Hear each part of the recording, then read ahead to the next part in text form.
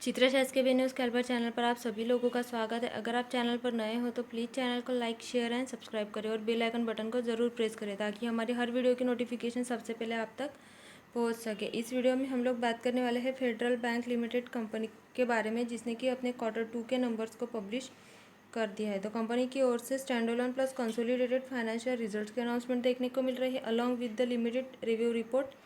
इसके अलावा हमें अनदर कोई अनाउंसमेंट देखने को नहीं मिल रही है। तो आइए देखते हैं फेडरल बैंक के स्टैंड अलोन फाइनेंशियल रिजल्ट्स इस बार के कैसे रहे। सारे फिगर इन लाख में हम लोग करोड़ में डिस्कस करेंगे।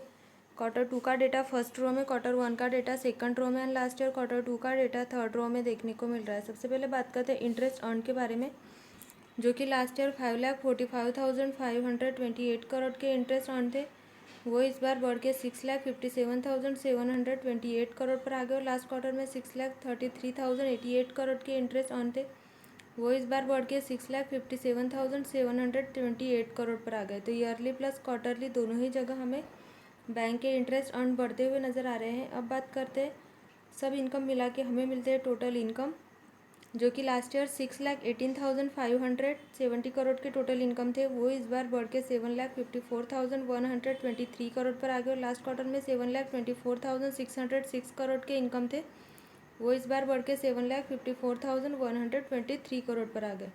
तो ईयरली प्लस क्वार्टरली दोनों ही जगह हमें बैंक के इनकम भी बढ़ते हुए नज़र आ रहे हैं।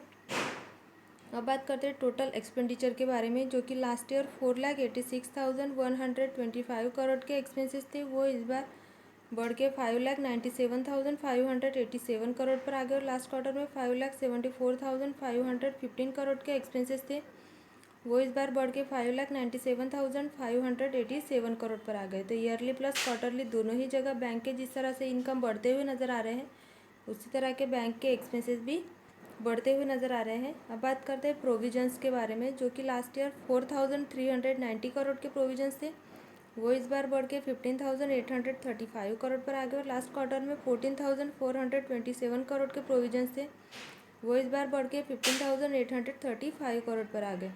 तो ईयरली प्लस क्वार्टरली दोनों ही जगह बैंक के प्रोविजंस बढ़ते हुए नज़र आ रहे हैं।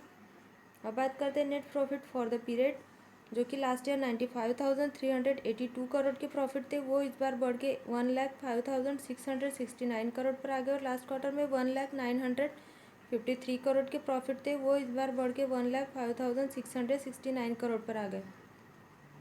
तो ईयरली प्लस क्वार्टरली दोनों ही जगह हमें बैंक के प्रॉफिट बढ़ते हुए नज़र आ रहे हैं। सेम रिफ्लेक्शन ईपीएस में भी 4.17 से बढ़ के 4.31 पर एंड लास्ट क्वार्टर में 4.14 से बढ़ के 4.31 पर। नेट एनपीए रेशियोज़ की बात करें तो सबसे पहले बात करते हैं ग्रॉस एनपीए के बारे में, जो कि लास्ट ईयर 4,43,605 करोड़ के ग्रॉस एनपीए थे, वो इस बार बढ़ के 4,88,449 करोड़ पर आ गए। और लास्ट क्वार्टर में 4,73,835 करोड़ के ग्रॉस एनपीए थे, वो इस बार बढ़ के 4,88,449 करोड़ पर आ गए। तो ईयरली प्लस क्वार्टरली दोनों ही जगह बैंक के ग्रॉस एनपीए बढ़ते हुए नज़र आ रहे हैं। सेकंड नेट एनपीए के बारे में, जो कि लास्ट ईयर 1,22,981 करोड़ के नेट एनपीए थे, वो इस बार बढ़ के 1,32,229 करोड़ पर आ गए। और लास्ट क्वार्टर में 1,33,044 करोड़ के नेट एनपीए थे, वो इस बार कम होके 1,32,229 करोड़ पर आ गए।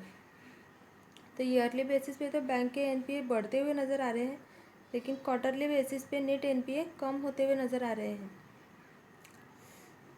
अब बात करते हैं परसेंटेज ऑफ ग्रॉस एनपीए के बारे में, जो कि लास्ट ईयर 2.26% के ग्रॉस एनपीए थे, वो इस बार कम होके 2.09% पर आ गए। और लास्ट क्वार्टर में 2.11% के ग्रॉस एनपीए थे, वो इस बार कम होके 2.09% पर आ गए। तो ईयरली प्लस क्वार्टरली दोनों ही जगह बैंक के परसेंटेज ऑफ ग्रॉस एनपीए कम होते हुए नज़र आ रहे हैं।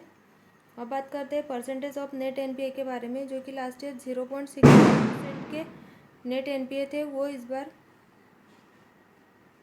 कम होकर 0.57% पर आ गए। और लास्ट क्वार्टर में 0.60% के नेट एनपीए थे, वो इस बार कम होकर 0.57% पर आ गए। तो ईयरली प्लस क्वार्टरली दोनों ही जगह बैंक के परसेंटेज ऑफ नेट एनपीए कम होते हुए नज़र आ रहे हैं। डेब्ट इक्विटी रेशो की बात करी जाए तो लास्ट ईयर 0.74 से बढ़ के 0.75 पर एंड लास्ट क्वार्टर में 0.71 से बढ़ के 0.75 पर। तो ऐसे और वीडियो देखने और सीखने के लिए चैनल को please like share and subscribe करें और हमें सपोर्ट करें। Thank you.